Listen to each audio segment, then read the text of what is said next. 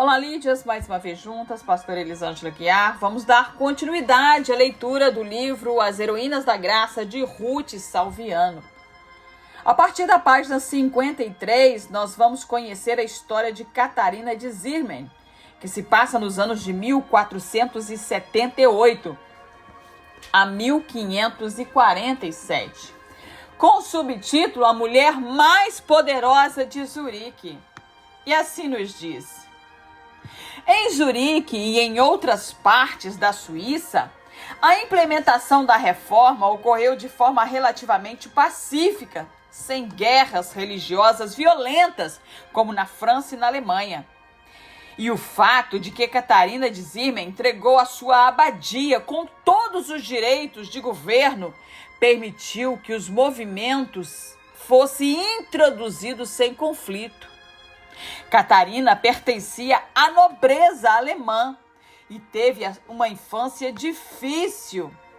Sua família a ingressou no mosteiro de Frauster, em Zurique, por volta dos anos de 1491, em um período de crise familiar.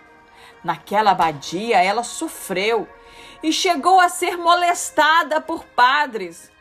Voltou para casa, mas depois retornou definitivamente para Zurique, tornando-se a abadesa imperial, uma figura central na política da cidade. Nessa posição, Catarina controlava uma quantidade enorme de terras, dinheiro e pessoas influentes, e como uma prefeita da cidade. Quando teve contato com a fé reformada, converteu-se e convidou os ministros protestantes para ensinar latim às freiras e prestar cuidados espirituais.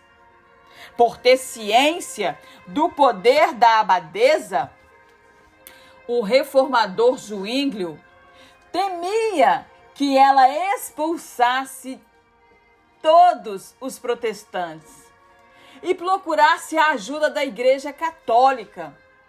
Mas, em vez disso, ao final dos anos de 1524, Catarina entregou a abadia, ou seja, o seu convento, com todos os bens para a cidade de Zurique, pois ali ela tinha influência e poderia controlar tudo.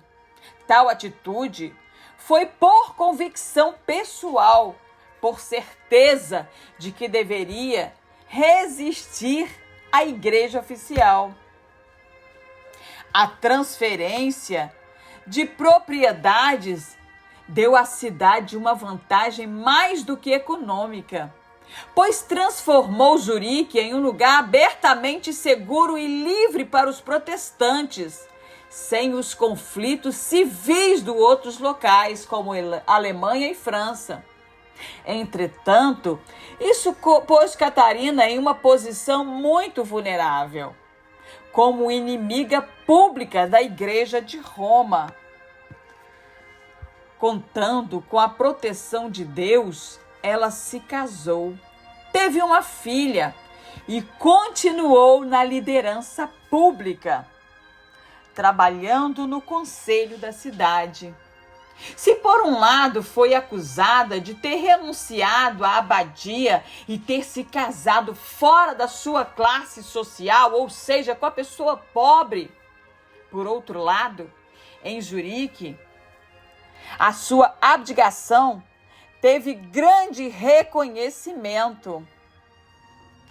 Pacificadora, Catarina teve ousadia de fechar as portas da abadia e entregar a chave aos protestantes, reconhecendo que essa era a vontade de Deus.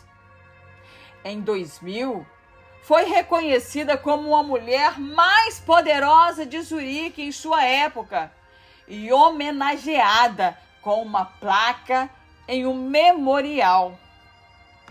A porta que Deus abre. Conheço as portas, as obras que você realiza. Eis que tenho posto diante de você uma porta aberta, a qual ninguém pode fechar. Sei que você tem pouca força, mas guardou a minha palavra e não a negou, e não negou o meu nome. Apocalipse 3, versículo 8. Quem tem as chaves detém autoridade. Cristo é o único com autoridade messiânica para admitir e excluir alguém de seu reino. Ela também é o guia da nossa vida e sabe o que é bom ou mal para nós. Querida mulher, é importante discernir quais são as portas que Deus fecha e quais são as portas que Deus abre, principalmente em sua jornada. Busque sabedoria para não insistir em algo que está fora da vontade de Deus. Invista tempo em oração, buscando atender ou entender qual é o propósito divino de Deus para você. Muitas de nós investimos em relacionamentos errados e não enxergamos pessoas à nossa volta que podem ser bênção em nossas vidas. Deus nos conhece e sabe o melhor para nós.